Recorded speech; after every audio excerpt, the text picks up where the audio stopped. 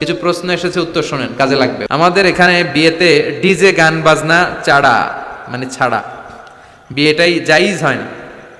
এই বয়ানটা করবেন। আচ্ছা, ডিজে গান লাগায়, ও শেফালি কেন পানে জর্দামে শালি, তোকে দেখে গাই যে আমি রিমিক্স কাওয়ালি। এটা এখন অবশ্য শুনি না আমি, আর 2-1 বছর আগে আমি সব সময় শুক্রবারে কোথাও গেলে জুমাবারে খালি এটা বাজে। আমি বললাম কি রে শেফালিটাকে? হুজুর এটা এই দেশের শেফালি না, এটা ইন্ডিয়ান শেফালি। আছে না নাই? তো ভাষার জন্য আমরা দেশকে শহীদ করলাম, বাংলা ভাষার জন্য, কিন্তু এই বাংলার ভিতরে ঢুকছে এখন হিন্দি। আছে না নাই? না, বিয়েতে আপনি কি করতে পারবেন? উৎসব করতে পারবেন, তবে প্রাপ্তবয়স্ক নারী পুরুষরা নয়, ছোট বাচ্চা ছেলেমেয়েরা নাচ গান করবে। আর একটু বাজনাও বাজাতে পারবেন, তবে এটা দফ দিয়ে, কি দিয়ে? ঢোল দিয়ে নয়, হারমোনিয়াম দিয়ে নয়, গিটার দিয়ে নয়, বাঁশি দিয়ে নয়। বিশ্বনবী বলেছেন আলিনু আন-নিকাহা বিদ্দুফুফ, দফ বাজিয়ে ব্যান্ড পার্টি করে, দফের ব্যান্ড পার্টি করে বিয়ের ঘোষণা দাও, যাতে মানুষ বুঝে যে এখানে বিয়ে হতে যাচ্ছে।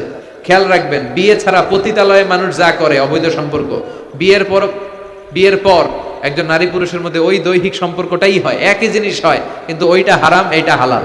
ঠিক কিনা? কেন হালাল? কারণ এটা আল্লাহর দেয়া বিধান মোতাবেক হয়েছে।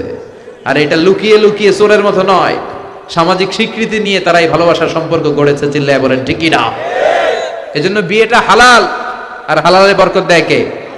আর অবৈধ সম্পর্ক হারাম, হারামে কোনো বরকত আছে?